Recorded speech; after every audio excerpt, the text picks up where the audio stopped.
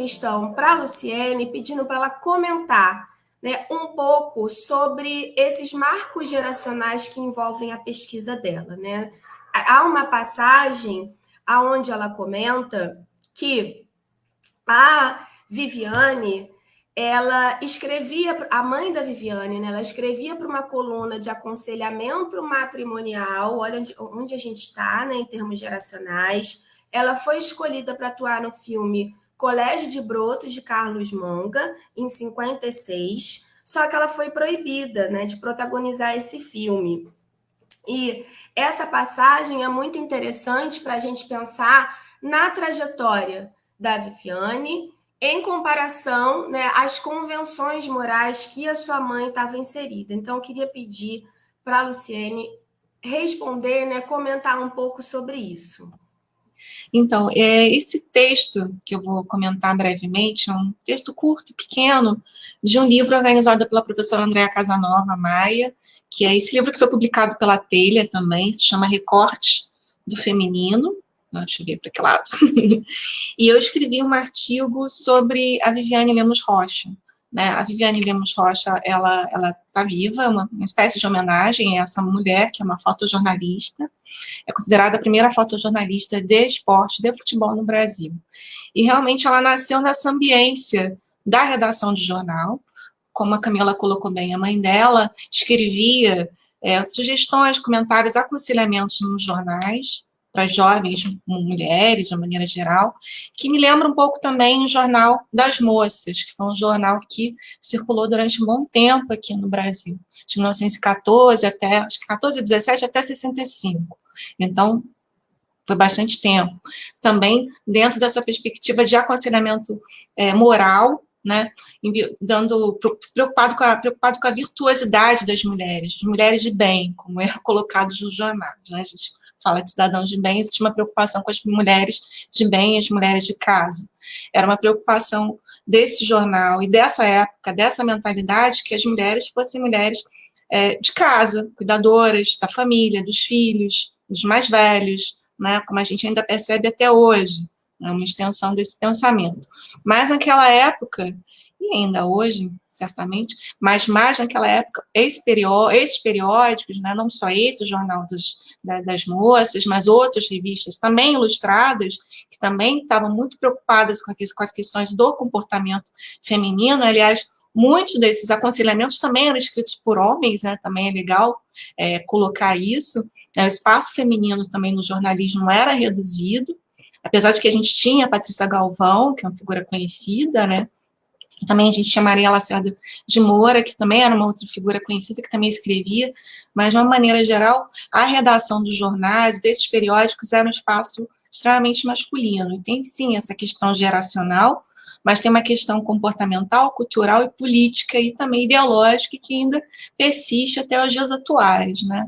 Eu vou fazer um combo, né, com outras 3 perguntas, de certa forma, uma você já passou por ela, mas dá para comentar mais, né, que é sobre a trajetória da Viviane com relação a estar habitando um espaço tradicionalmente masculino. Né? Você falou agora, né? Não é só a questão geracional, também é questão de gênero. Então, se você pudesse situar mais essa questão e um pouco explicar para a gente sobre essa ausência feminina nesse campo, né? Que impactos essa falta de representatividade, você observa isso ainda hoje, né?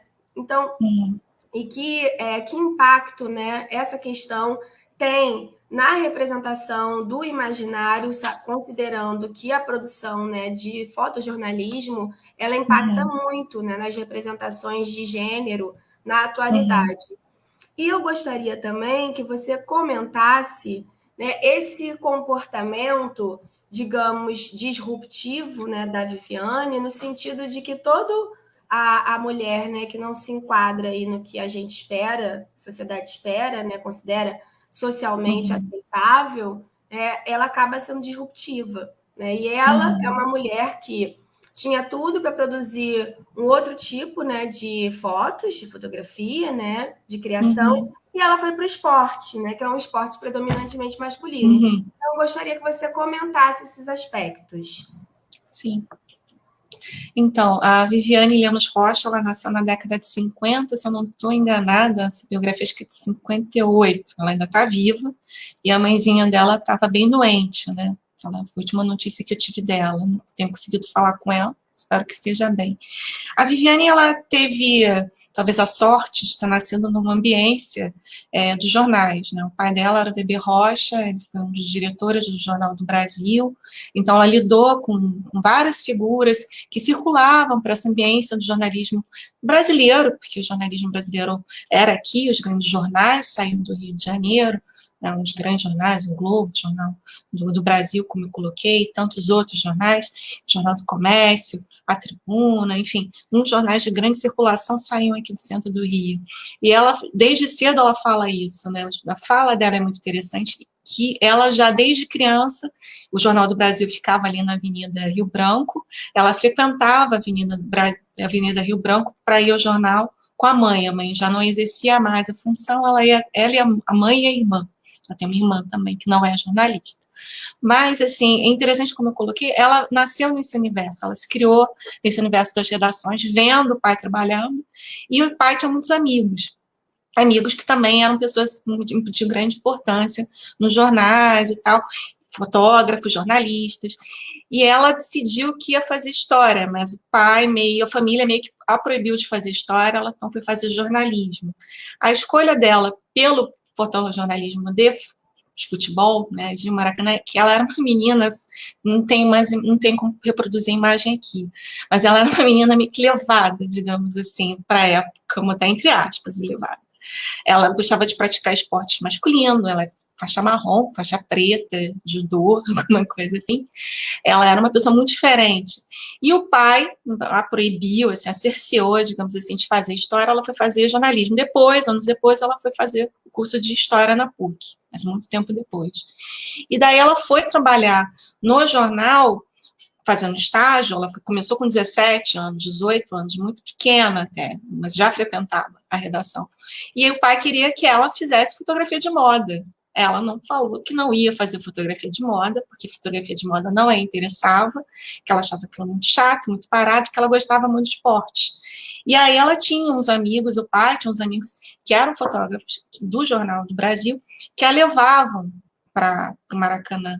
Né? Ela ia ao Maracanã, ela disse que ganhou uma Leica pescocinho, que é uma máquina bem antiga, que ela, né, andava no pescoço, e os caras, né, esses fotógrafos, esses jornalistas, frequentavam a casa dela em Copacabana, e no domingo, quando tinha futebol, eles iam com ela ao Maracanã. Então, ela teve, né, uma possibilidade de aprender em loco a fotografar, observando essas figuras que fotografavam nos grandes jogos de futebol, Fla-Flu, Vasco, enfim. Depois ela também seguiu esse caminho, não só no Jornal do Brasil, foi trabalhar em outros periódicos também, né? Mas ela começou nisso. A última pergunta era justamente, né, eu acho que é uma pergunta boa também para encerrar essa parte, que é com relação a como isso foi recebido, né, pelo circuito de sociabilidade dela, né, com relação a ela ser uma mulher fotografando futebol. Então, isso foi difícil, né? Ela tem várias histórias muito curiosas, eu não consegui reproduzir todas no artigo, porque era um artigo pequeno, né? Esse texto é um texto curto, mas ela fala que, por exemplo, ela teve uma vez que ela foi ao Maracanã fotografar e ela estava de vestido, e não podia uma mulher entrar de vestido. Uma outra situação que acontecia também no Maracanã é que não tinha banheiro feminino. Olha isso. Isso 78, 79, 80, né? Ela se manteve nessa posição de protagonista, pioneira no fotojornalismo de futebol até a década de 90, né? Depois, a década de 90 tem uma mudança, né? Isso é bem observado, com várias mulheres que começam, inclusive, a apresentar jornais no esporte, né? Isso é bem fascinante. Mas ela se fala, eu fui a primeira mulher a fotografar o futebol no Maracanã. E tem os vestígios, os retratos, né, as imagens desse momento. Mas ela fala dessas situações, né? Situação que não podia, e aí os jornalistas todos, repórteres, fotógrafos, pararam e aí deram roupa para ela, e ela não podia entrar no vestiário, porque naquela época o vestiário, os homens andavam nus, né, os jogadores jogavam futebol e tal, e estava lá todo mundo pelado, também ela era embarreirada de entrar para fotografar, né, porque ela fotografava e acompanhava o jornalista que ia fazer entrevista, e ela era barrada por isso. Então, eram várias situações, tinha um protocolo no Maracanã para a mulher entrar, porque não era um espaço feminino. Né? O Maracanã se tornou, inclusive, um espaço feminino muito tempo depois. O futebol, né, inclusive, né? Começou a se tornar um esporte que as mulheres, as famílias, digamos assim, todos começaram a frequentar muitas décadas depois. Mas ela teve esse protagonismo durante um bom tempo, não só no futebol, mas também ela também fotografou, realizou muitas fotografias, muito trabalho nesse sentido também nos esportes de automobilismo, né? Ela fez muito isso. O Rock in Rio, ela também foi uma das primeiras, assim, primeiro Rock in Rio de 85, que a pessoa podia, né? O fotógrafo podia ir até o palco. Ela fala isso muito bem, que ela foi lá e conseguiu fotografar de perto, tem umas fotos muito interessantes. E todos os momentos, né? Ela não só fotografava isso, mas fotografava também as ruas do Rio, né? Tem várias coisas. E é interessante que eu fui tentar fazer esse levantamento desses vestígios, desses registros, dessas fotografias nos jornais que ela trabalhou, Última Hora, Jornal do Brasil, enfim, foram vários que ela passou, mas é difícil, porque os nomes dos fotógrafos não apareciam, né? E eu não sei se era uma questão do jornal, era uma questão de gênero ou não, acho que não, era uma questão do jornal. Por exemplo, o Jornal dos Esportes não tem assinatura de imagem das fotos, mas não tinha. Então, era difícil, assim, em alguns jornais, identificar quem havia tirado. Ela falou, eu tirei várias fotos. E na Hemeroteca Digital, né, que é da Biblioteca Nacional, que é a base de dados de jornais de época, se você colocar o nome dela, de qualquer outro assunto, mas específico nesse caso o nome dela, eu consegui achar algumas fotos, bastante material, mas não em boa resolução para ser publicado num livro, como foi esse livro organizado pela professora Andréa Casanova. É muito legal, né, assim, conhecer a história de uma mulher tão desbravadora, né, uma mulher do nosso tempo. Às vezes a gente acha, né, que a gente avançou muito, as mulheres hoje podem fazer isso, podem fazer aquilo, mas a gente está falando de uma geração de agora, né? A gente está falando de uma geração aí que vem do pós-ditadura, né? Então, são muitas questões, né? Imaginar, por exemplo, que no maior estádio, né, um dos maiores estádios do Brasil, você não tinha nenhum banheiro feminino, né? Você não tem esse lugar, que isso é uma conquista historicamente recente, não é qualquer coisa.